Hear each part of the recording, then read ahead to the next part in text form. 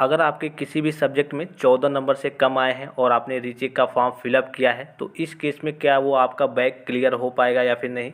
काफ़ी सारे छात्रों के बहुत से सवाल हैं, बहुत से डाउट्स हैं, तो इसी के बारे में हम विशेष चर्चा करेंगे कि कितने कितने नंबर अगर आपके हैं तो आपके बैक वगैरह क्लियर हो सकते हैं। और इस बार की बात करें तो मैंने आपको आंकड़ा दिया था, लगभग 74,000 के आसपास बच्चों की बैक लगी है। अगर आप रेगुलर वीडियो देखते होंगे तो आपको सारी चीज़ें मालूम होंगी। हो सकता है ये वीडियो थोड़ा सा लंबा हो जाए, इसलिए कि बहुत सारे बच्चों के मन में डाउट्स है, अलग अलग तरीके के डाउट्स है, अलग अलग तरीके के कमेंट्स है, और भी सारी चीज़ें हैं कि सर मेरा इतना नंबर है। कई सारे छात्र ये कह रहे थे कि सर मेरे 5 नंबर है, तो क्या इस केस में मैंने रीचेक का फॉर्म भरा है तो क्लियर हो जाएगा या फिर नहीं। कई सारे छात्र कह रहे हैं कि सर मेरा 10 नंबर है, कई सारे छात्र ये कह रहे हैं कि सर मेरा 15 नंबर है, मुझे बस 2 नंबर चाहिए, इस केस में मेरा क्लियर हो पाएगा या फिर नहीं। तो इसी के बारे में हम इस वीडियो में डिटेल में चर्चा करेंगे। अगर आपको भी इस चीज़ को लेकर के डाउट्स है कि मेरे इतने नंबर है तो क्लियर हो पाएगा या फिर नहीं, मैंने रीचेक का फॉर्म फिलअप किया है तो। एक और चीज़, अभी भी काफ़ी सारे छात्र ये पूछ रहे थे कि सर हम स्क्रूटनी करें या फिर रिवोल्यूशन करें।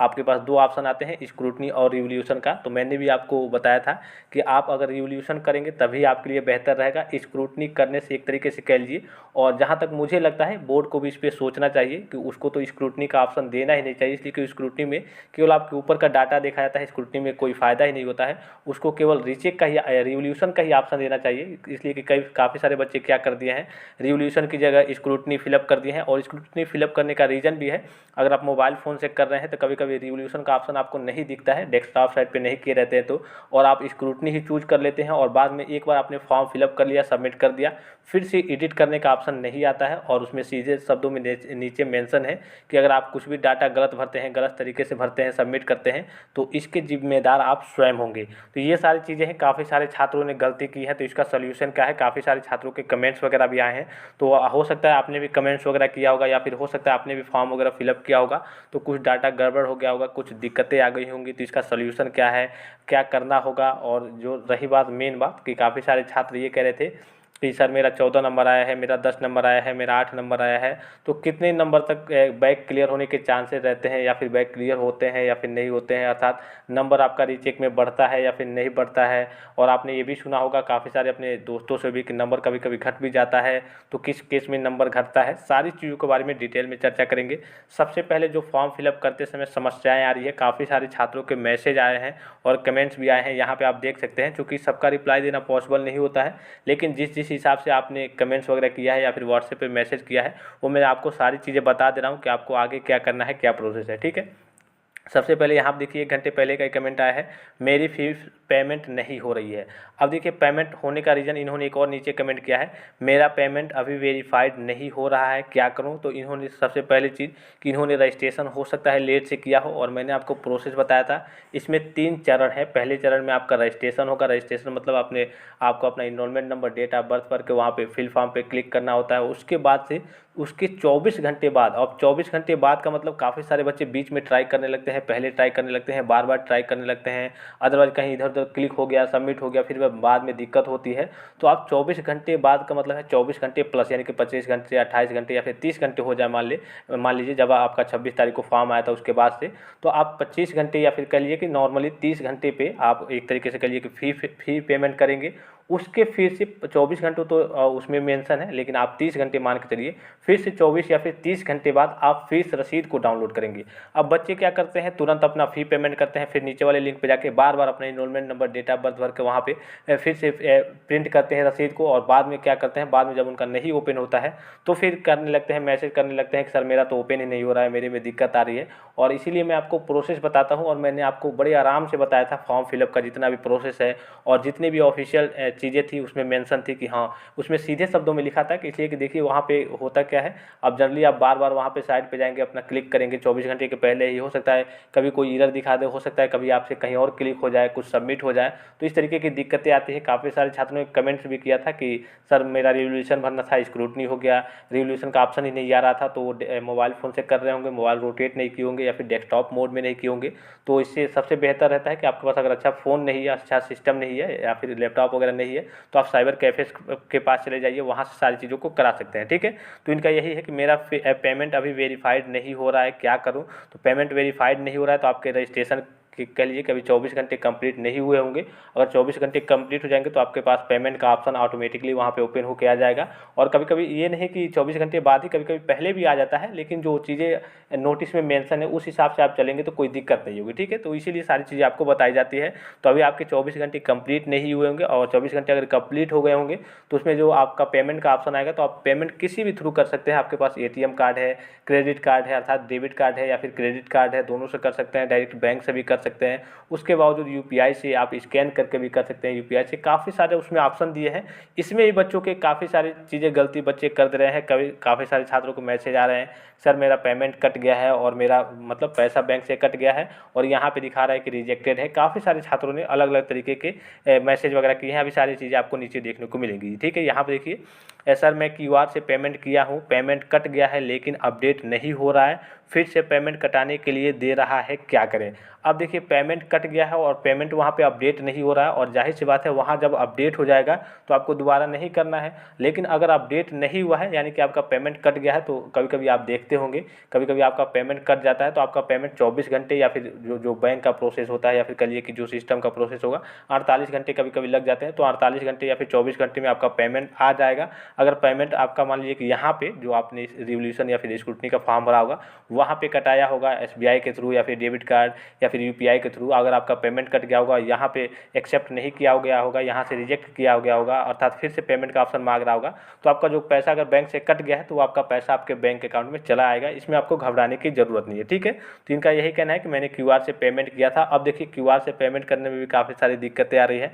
मैंने आपको बताया था कि अगर आपके पास 2 फ़ोन है तो जनरली आप में आपके सिस्टम में क्यूआर कोड, जब आप पेमेंट के ऑप्शन पे जाएंगे, यूपीआई वाले ऑप्शन पे और साइड पे क्यूआर कोड पे, तो वहाँ पे आप दूसरे फ़ोन से ऑटोमेटिकली कर देंगे, तो यहाँ से कोई दिक्कत नहीं होगी, प्रोसेस होता रहेगा, ऑटोमेटिक हो जाएगा।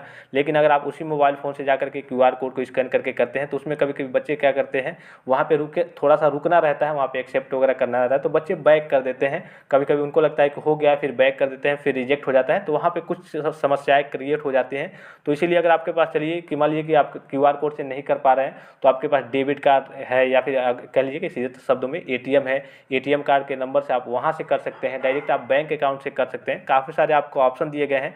चलिए, अगर कुछ नहीं समझ में आ रहा है तो आप 20-50 रुपया किसी साइबर कैफ़े को दे दीजिए, वहाँ से जाके करा लीजिए। इसलिए कि काफ़ी सारे छात्र 4 सब्जेक्ट में, 5 सब्जेक्ट में, या फिर कह लीजिए कि 1500 रुपये, 2000 रुपये, 2500 रुपये, कई सब्जेक्टों में बैक है, तो उनको तो थोड़ा भी रिस्क नहीं लेना चाहिए। इसलिए कि मोबाइल फ़ोन में, जहाँ तक कई सारे छात्रों ने कमेंट्स किया था कि सर मेरा ऑटोमेटिक सबमिट हो जा रहा है, मेरे में ये दिक्कत आ रही है, मेरे में कई सब्जेक्ट चूज हो गए हैं और फॉर्म फिलअप हो गया है, और एक बार फिलअप हो गया तो एडिट का ऑप्शन नहीं आता है। इसके लिए आपको हेल्पलाइन नंबर दिया गया था, मैंने आपको पिछली वीडियो में बताया था, वहाँ पे कॉल किया जाता है। तो वहाँ से कभी कभी कॉल रिसीव नहीं हो रहा है, और रिसीव नहीं हो रहा है तो हो सकता है आपको लखनऊ जाना पड़े, जो आपका चार बाग में कह लीजिए कि जहाँ पे इसका मेन ऑफिस है वहाँ पे आपको जाना पड़े। तो जो करीबी छात्र है वो जाते भी हैं, वहाँ से उनका सोल्यूशन मिल भी जाता है, लेकिन आपको दौड़ धूप ना करनी पड़े, इसके लिए आपको सारी चीज़ इसलिए बताई जाती है। अगर आपको नहीं समझ में आ रहा है, आपके पास वो सुविधा नहीं है, तो आप साइबर कैफ़े के पास जाइए, वहाँ से आपके सारे काम आसानी से हो जाएंगे। अगर यहाँ पे नीचे की ओर देखें तो नीचे भी इन्होंने भी यही कमेंट किया है, श्याम नाम के एक स्टूडेंट है, सर मैंने क्यूआर से पेमेंट कर दिया पर शो नहीं कर रहा है, तो मैं क्या करूँ प्लीज़ टेल मी। इनका भी यही कहना है कि क्यूआर से इन्होंने पेमेंट किया। अब देखिए, क्यूआर में इसलिए समस्याएं आ रही है कि वहाँ पे आपको थोड़ा सा रुकना रहता है, और कभी कभी बच्चे क्या करते हैं, वहाँ पे वेट नहीं करते हैं, वहाँ पे आपका एक्सेप्ट नहीं हुआ रहता है, तभी आप बैक कर देते हैं, तो वहाँ से फिर से रिजेक्ट हो जाता है। मैंने आपको प्रोसेस बताया था लाइव करके, अगर आप देख के वीडियो करते होंगे तो कोई दिक्कत नहीं आती होगी। अगर फिर भी कोई दिक्कत आ रही है या फिर आपको डर वगैरह लग रहा है, तो आप अपने दोस्तों से या फिर जो भी आपके साथी संबंधी हो उनसे करा सकते हैं, या फिर साइबर कैफ़े के पास जाकर के आसानी से करा सकते हैं। आपका 20 रुपया या फिर 50 रुपया एक्स्ट्रा लग सकता है वहाँ पे, ठीक है। उसके बाद यहाँ पर देखिए, इनका भी यही कहना है कि क्यूआर कोड से। और उसके बाद देखिए, एक और स्टूडेंट ने यहाँ पे कमेंट किया है कि सर मेरे फीस पेमेंट होने के बाद भी ग्रीन टिक पेमेंट पर नहीं आ रहा है, तो क्या करें सर, ज़रूर बताना सर प्लीज़ रिप्लाई। इनका ये कहना है कि जैसे कि 4 ऑप्शन आपके पास आते थे, रजिस्ट्रेशन होता था, फॉर्म फिलअप, उसके बाद से फी पेमेंट करते थे, सब ऊपर आपका ऑप्शन ग्रीन हो जाता था, तो इनका सही से हो नहीं पा रहा होगा। जाहिर सी बात है कुछ दिक्कतें आ जाती है, कभी कभी ये भी हो जाता है, कोई टेक्निकल एरर आ जाता है। आप देखते होंगे, अगर B2P के ऑफिशियल वेबसाइट पर जाते होंगे तो वहाँ की अगर बात करें तो आपका जब रिजल्ट आता है तो वहाँ पर कई दिनों तक रिजल्ट का लिंक शो नहीं होता है। अभी भी आप कभी कभी जाएंगे तो वहाँ पर ऑफिशियली तरीके से जो मेन रिजल्ट का लिंक है वहाँ वहाँ पे शो नहीं होगा। काफ़ी सारी दिक्कतें रहती हैं, काफ़ी सारी समस्याएँ रहती हैं, वेबसाइट सही से वर्क नहीं करती है, काफ़ी सारी प्रॉब्लम्स आ जाती हैं, टेक्निकल एरर्स आ जाते हैं। तो ये भी कोई समस्या हो सकती है इस तरीके से, कभी कभी टेक्निकल एरर्स भी आ जाता है। तो आपको बैक जा करके एक बार और करना है, मतलब कि जहाँ तक आपने कर दिया है, फॉर्म फिलअप कर दिया है, उसके बाद से आगे का जो भी प्रोसेस है, फ़ी पेमेंट करना हो, उसके 24 घंटे बाद आपको रसीद डाउनलोड करनी हो, या फिर जो भी प्रोसेस वगैरह हो, तो थोड़ा सा आपको वेट कर करके,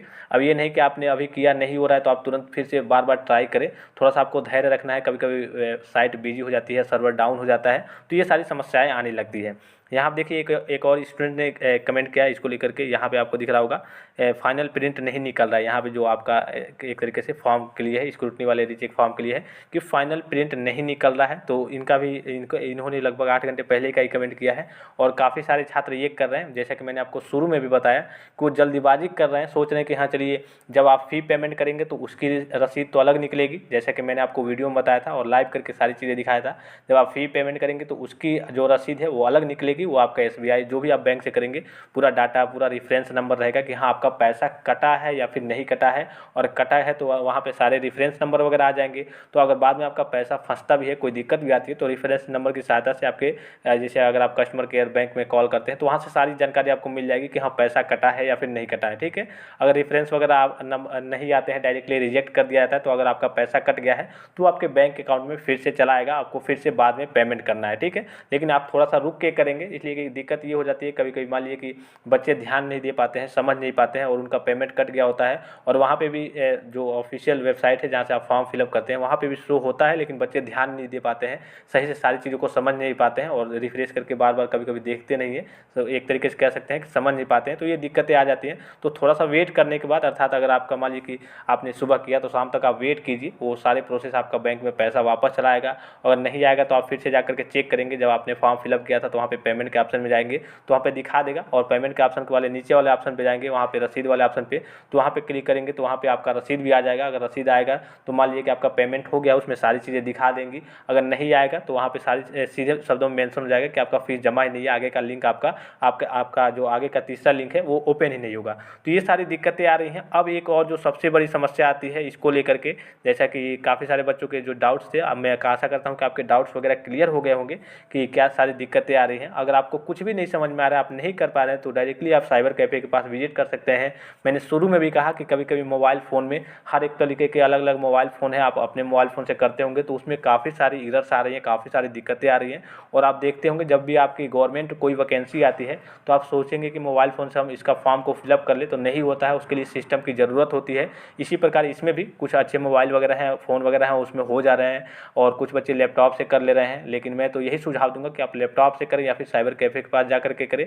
और रही बात, अगर मान लीजिए कि चलिए आप एक सब्जेक्ट में भर रहे हैं तो कोई दिक्कत नहीं है, चलिए आपका 500 इधर उधर हो जाएगा, हालांकि पैसा इधर उधर होता नहीं है, आपका बैंक से कट जाएगा। अगर रिजेक्ट हो जाएगा तो बैंक से आ जाएगा, अगर बैंक से कट गया होगा, अगर आपका एक्सेप्ट हो गया होगा तो उसमें सारी चीज़ें मेंशन हो जाएंगी, फिर बाद में आपका रसीद डाउनलोड हो जाएगा।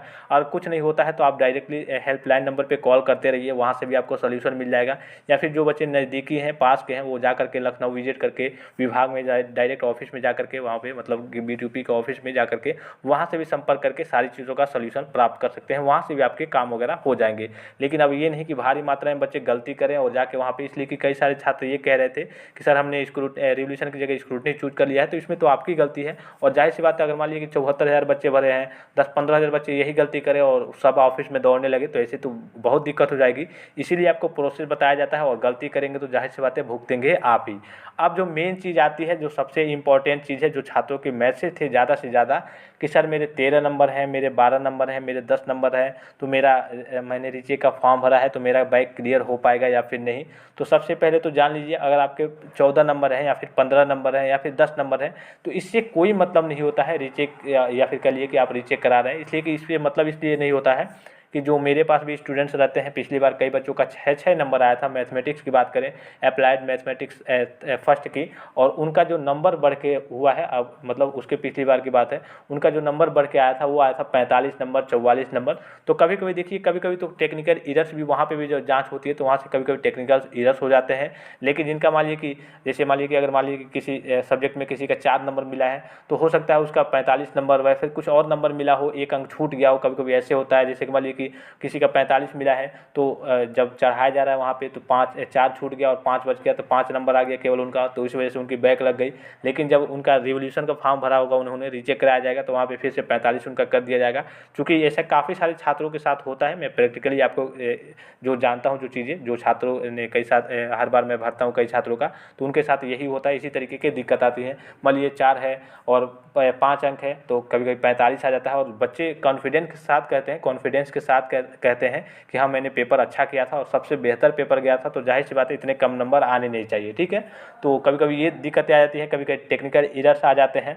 और रही बात ये बात कि आपके 14 नंबर हैं या फिर 13 नंबर है, तो एक तरीके से नॉर्मल तरीके से बात करें तो ऐसा होता है कि 12 नंबर से अगर आपके अधिक है और आपके अंदर थोड़ा भी कॉन्फिडेंस है कि हाँ हमने अच्छा किया था, तो चांसेस रहते हैं कि हाँ आपके बैक क्लियर हो जाएंगे अगर 12 नंबर से अधिक है तो।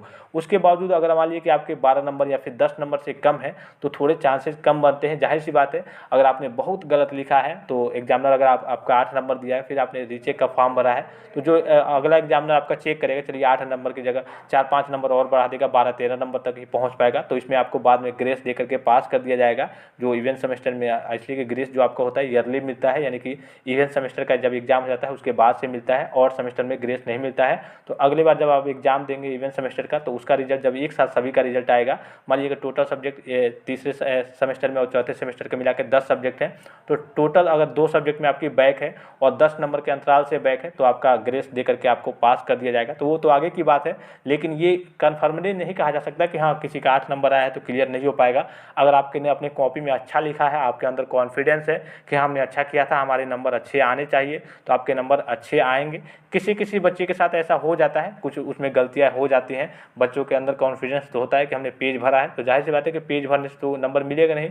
अगर कोई अच्छा टीचर पढ़ पढ़ के अच्छे से चेक करेगा तो पेज भरने पे तो आपको नंबर देगा नहीं। आपका अगर कोई टेक्निकल सब्जेक्ट है, मान लीजिए कि आप डिप्लोमा कर रहे हैं, आप टेक्निकल स्टूडेंट्स हैं, टेक्निकल सब्जेक्ट है आपके, तो उसमें आपने थ्योरी इधर उधर करके लिख दिया है अलग अलग तरीके से, तो अच्छे टीचर चेक करते हैं तो उसमें आपको नंबर नहीं देते हैं। और काफ़ी सारे छात्र डिप्लोमा में आप जानते भी हैं यही करते हैं। लेकिन अगर आपने अच्छे से किया है, अगर आपका 8 नंबर है, 7 नंबर है, 5 नंबर है, तो ये कोई मायने नहीं रखता है, आपके नंबर ज़रूर इंक्रीज होंगे और इंक्रीज होकर हो सकता है 10-15 हो जाए। अगर आपने बहुत अच्छा किया है, आपके अंदर कॉन्फिडेंस है कि हाँ 30 प्लस आना चाहिए, तो इस केस में आपका बैक 100% क्लियर हो जाएगा।